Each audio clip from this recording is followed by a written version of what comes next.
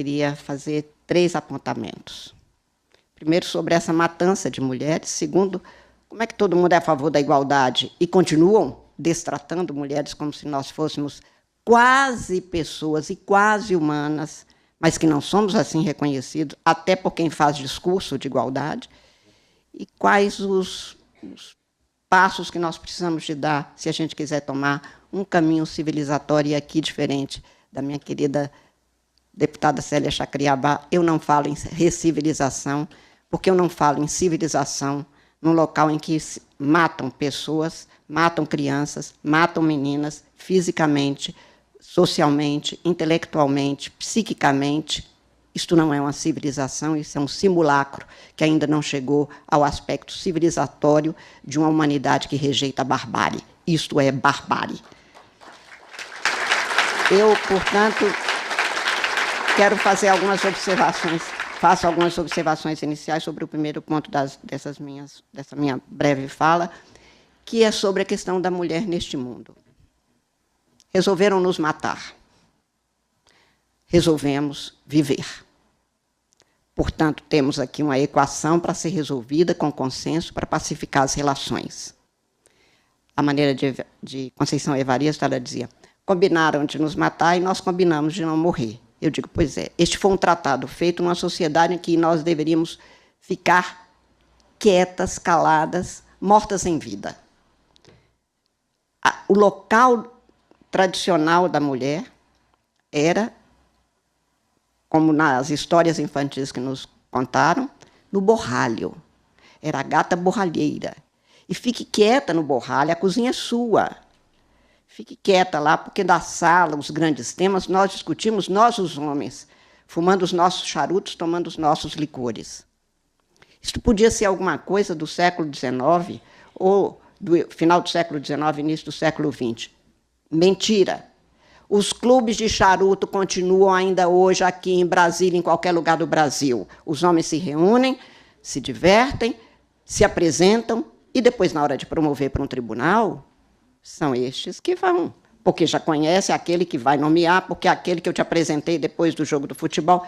E onde estamos nós? Ausentes. Onde estamos nós? De casa para o trabalho, do trabalho para casa, com dupla, quando não, com tripla jornada. Mas vocês são muito guerreiras. E todo ser humano tem que ser guerreiro nesse sentido de lutar pela vida. Mas nós queremos ser namoradas, nós queremos ser festivas, nós queremos ser amigas, nós queremos passear, nós queremos não ser guerreiras o tempo todo, porque isso cansa. A vida não é um estresse, a vida é uma grande aventura para ser vivida com prazer. O destino do ser humano é a felicidade. E, claro que quem pode se fazer feliz é só você mesmo. E você pode escolher ser feliz ou infeliz. Para infelicitar, o outro pode te infelicitar. Que digamos nós todos que trabalhamos, tem sempre uma hora de que alguém faz questão absoluta de nos criar problema. Mas você pode escolher se quer aceitar o problema ou se pode resolvê-lo. As mulheres foram, no início, as pecadoras. Na Idade Média, as feiticeiras. As pecadoras se acantonavam em algum lugar porque elas não eram merecedoras da convivência. Nós somos o pecado. Como diria a Rita Lee, bicho esquisito, todo mês sangra. Não é normal, de jeito nenhum, não pode ser parecido com aquele que está lá todo dia fazendo o que bem entende. As feiticeiras foram queimadas, porque elas tinham conhecimento que faziam com que elas realmente tivessem parte com algum espírito que não era exatamente o deste mundo. Por isso nos proibiram de frequentar escolas. Por isso, como eu sempre lembro, quando nos ensinaram as histórias infantis, ainda na minha geração, eu que já sou caminhando para o centenário, portanto, cada vez mais me tornando mais, com mais conhecimentos que apavoram alguns, e o conhecimento não é para apavorar, mas isso tudo nos levando a que não pudéssemos frequentar escolas, as nossas roupas são espartilhos apertados e agora exigem não os espartilhos físicos, mas façam a lipoaspiração, façam alguma coisa para você caber no modelo que o homem que você quer ter como seu parceiro te acolha. Afinal, existem todos os preconceitos contra a mulher que não cabe no figurino. Quem traçou? Quem sabe de mim sou eu. Eu costumo dizer para quem fica fazendo regimes loucos, não come, não tem nenhum prazer em saborear nada, porque meu marido, meu parceiro, meu amigo, minha família não gosta de gente gorda. Por quê? Não cabe tanto bem-estar naquele corpo? Porque tem que obedecer ao outro? Porque o espartilho agora é externo? Os homens têm sapatos sempre confortáveis, desde sempre. A nós, querem que saia às 7 da manhã para trabalhar até às 9, 10 da noite, com o meu horário do meu caso, com o salto 15, que é quando os homens olham e gostam, e eu penso que imaginam outras coisas naquele salto fino. E nós não conseguimos andar, mas vocês não têm que andar muito, porque quem faz o caminho somos nós, os homens. Porque quem faz a marcha fácil somos nós. A minha ainda é uma geração em que nós, meninas, aprendíamos piano. Os homens aprendiam, meus irmãos aprenderam violão, bandolim. Custei a descobrir, claro, você pega o violão, põe debaixo do braço e vai para a noite. Mas nós não fomos feitas para ir para a noite. O piano ficava na sala, na hora que chega a visita, chama a menina para tocar e se apresentar e ser exibida. Por isso nós não temos tantas grandes pianistas no mundo como temos de homens. Não temos tantas violonistas como temos de homens. Porque não era para nos ensinar. Porque vocês não precisavam de sair. E isto é tudo moldado de tal maneira planejada e executada que é sutil, que você não percebe. Por que o homem tem sempre este sapato confortável que ele anda com tal velocidade? Porque era ele mesmo que andava à frente. Isto tudo vem num projeto, num planejamento de uma sociedade na qual a mulher ficava era no borralho mesmo. E fique quieta e calada que um dia aparece um príncipe, te tira do borralho e te leva para você continuar a estar ao lado dele. Este era o modelo de sociedade.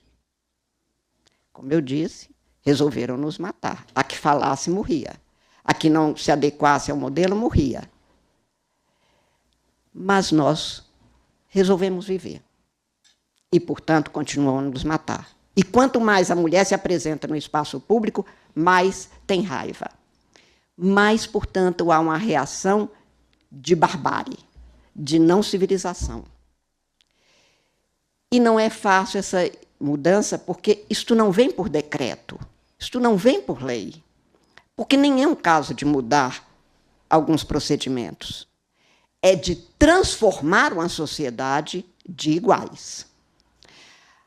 Nas décadas de 70, final da década de 70, nós tivemos, lamentavelmente, ainda hoje, já foi dito aqui pela Eutália, um grande número de, hoje seria rotulado como feminicídios, mas, enfim, de assassinatos de mulheres em Belo Horizonte. Assassinatos tinha em todo lugar. Eu estou citando um caso que se tornou célebre e que gerou para outras mulheres um movimento, da Miriam Christos, de, enfim, um grupo grande de mulheres. Quem ama não mata. Isto não é amor. Isto é poder sobre um objeto que é você. Se você reagir como ser humano, nós te eliminamos. Eu disse, na primeira reunião, que depois gerou o Pacto dos Três Poderes, eu dizia naquela reunião, que estava presente também a ministra Márcia, a questão, que me parece grave, é que é de uma sociedade que foi estruturada e continua tendo muita gente pensando exatamente no sentido de que nós não somos iguais. Nós somos muito parecidas com os seres humanos, que são os homens brancos médios ocidentais. Mas nós não somos iguais. É uma concessão do Estado. E isto não é uma questão realmente de Estado. Isto é uma questão social. Além das políticas públicas, é preciso pensar políticas sociais com a sociedade. Porque quem mata, mata dentro de casa. É bem certo que o Estado atua. Eu vivo agora numa outra luta, que é julgamento feito quando se trata de feminicídio de alguém de uma força de segurança, que a Justiça Militar resolveu que o julgamento é dela. Não, o julgamento é do juiz responsável por crime.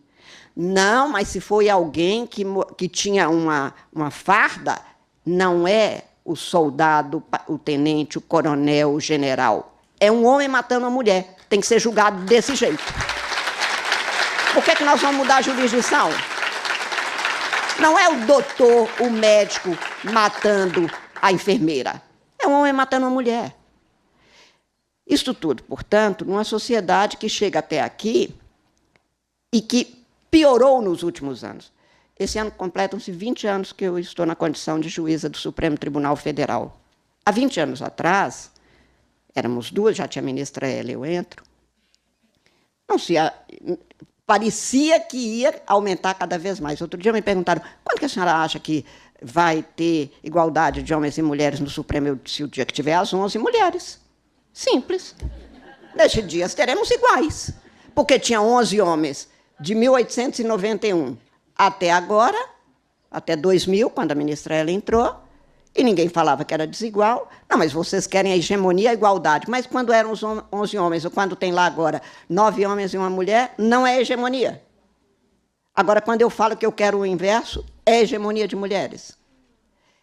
É que a visão é diferente. E o que eu aprendi, cada vez mais nesses 40 anos, desde as primeiras conversas e procedimentos sobre essa luta para que tenha a igualdade das mulheres, é que os homens não sabem que eles têm preconceito. Conto 2 casos. Um de um município do interior, não foi de Minas, mas podia ser de qualquer lugar do Brasil. Um juiz me liga para dizer, imagina, ministra, eu tive uma audiência hoje, Lei Maria da Penha, e quando a gente começa uma audiência, o juiz tem que pedir a identificação da pessoa, fulano de tal, que está aqui, está imputado ao senhor tal crime, ou enfim, tal procedimento. Ele disse, não, não sou eu. Não, porque aqui está a prática de violência contra a mulher. Não, de jeito nenhum. Eu sou um homem de paz, eu não... De jeito nenhum, sou eu não. Bom, então, vou suspender a audiência, porque, eventualmente, foi um erro na identificação, um homônimo, ou alguma coisa. Nós vamos suspender, verificar e remarcar a audiência. Porque aqui consta que o senhor fulano de tal teria violentado dona fulana. Ah, não, essa é minha mulher. Na cabeça dele, a violência contra a esposa não é violência. Porque é dele. Porque é um objeto, porque é uma coisa dele. Eu estou falando de 2026.